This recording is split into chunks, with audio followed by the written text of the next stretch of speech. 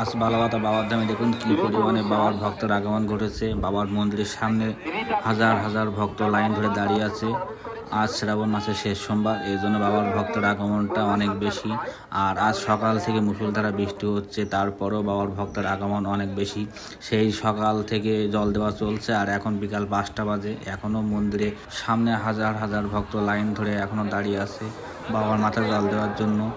আর সকল সনাতনীদের এক টুকরো স্বর্গ হচ্ছে বালাবাতা বাবার ধাম, যেখানে আসলে মনের আশা, মনের দুঃখ কষ্ট সব কিছু ভুলে যায়, আর মনের থেকে একটা শান্তি লাগা, একটা ভালো লাগা কাজ করে।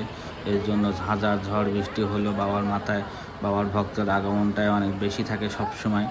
আজ সকাল থেকে মুষলধারে বৃষ্টি হচ্ছে, এই জন্য বাবার ভক্তরা অনেক দূর দূরান্ত থেকে আসতে একটু কষ্ট হয়েছে। তারপরেও আমরা যা ভাবছিলাম যে বালাবাতা বাবার ধামে হয়তো লোক ভক্তবৃন্দ আগমন ঘটবে না, তারপরও ঝড় বৃষ্টি মাথায় করে নিয়ে বাবার ধামে অনেক ভক্তবৃন্দ আগমন ঘটেছে।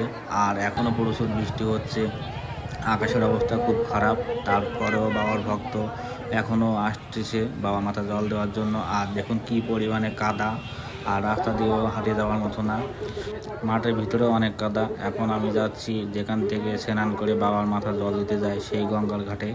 আর গঙ্গার ঘাটে যাওয়ার পথে অনেক কাদা, দেখুন কি পরিমাণে কাদা হয়ে গেছে, আর প্রচণ্ড বৃষ্টি হচ্ছে মাঝে মধ্যে, এখনও প্রচুর বৃষ্টি নামতেছে। আর এখন আমরা চলে এলাম গঙ্গার ঘাটে। গঙ্গার ঘাটের মন্দিরগুলো দেখুন কত সুন্দর লাগতেছে। এখানে সবাই স্নান করে প্রতিটা মন্দির দর্শন করে তারপর যাচ্ছে বাবার মাথায় জল দিতে।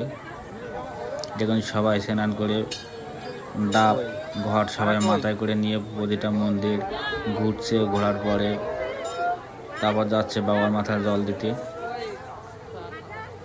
আর আজকে বৃষ্টি হলেও ঠান্ডা ঠান্ডা পরিবেশ, সবাই একটু শান্তিভাবে বাবার মাথায় জল দিতে পারছে, গরম নাই।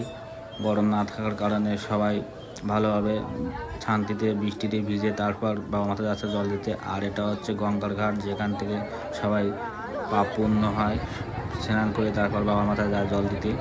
এখন বাজে 3টা, তারপরেও দেখুন কি পরিমাণে বাবার ভক্ত আগমন। আর বাবার মন্দিরের সামনে সবাই লাইন ধরে দাঁড়িয়ে আছে, প্রায় আধা কিলোমিটার পথ ধরে দাঁড়িয়ে আছে, সেইভাবে লাইন ধরে। বাবার ভক্তদের জন্য নান মন্দিরের ভিতরে প্রসাদের ব্যবস্থা করা হয়েছে। আর প্রতিটা শ্রাবণ মাসের শেষ সোমবারে বাবার ভক্তবৃন্দদের জন্য নান মন্দিরের ভিতরে প্রসাদের ব্যবস্থা করা হয়। আর এটা হচ্ছে মন্দিরের সেকেন্ড গেট, যেখান থেকে মানুষ জল দিয়ে বের হয়, ওই পাশটি ঢুকে আর এই পাশটি জল দিয়ে বের হয়। কিন্তু কালকে এই পাশটাও ঢুকছে, এই কারণে ওই পাশের মানুষজনগুলো অনেকক্ষণ ধরে লাইনে দাঁড়িয়ে থাকা লাগছে, যে কারণে মানুষের একটু কষ্টটা বেশি হয়েছে।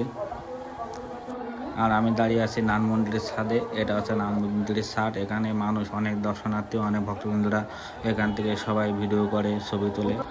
যে পথ দিয়ে মানুষ জল দিয়ে বের হয় সেখানেও প্রচুর ভিড় জমে গেছে, মানে এত পরিমাণে ভক্তবৃন্দ আগমন ঘটেছে যে সামনে জল দিতে না পেরে সেকেন্ড গেট দিয়ে ভিতরে ঢোকার চেষ্টা করছে, যে কারণে মানুষের জল দেওয়াটা অসুবিধা হচ্ছিল।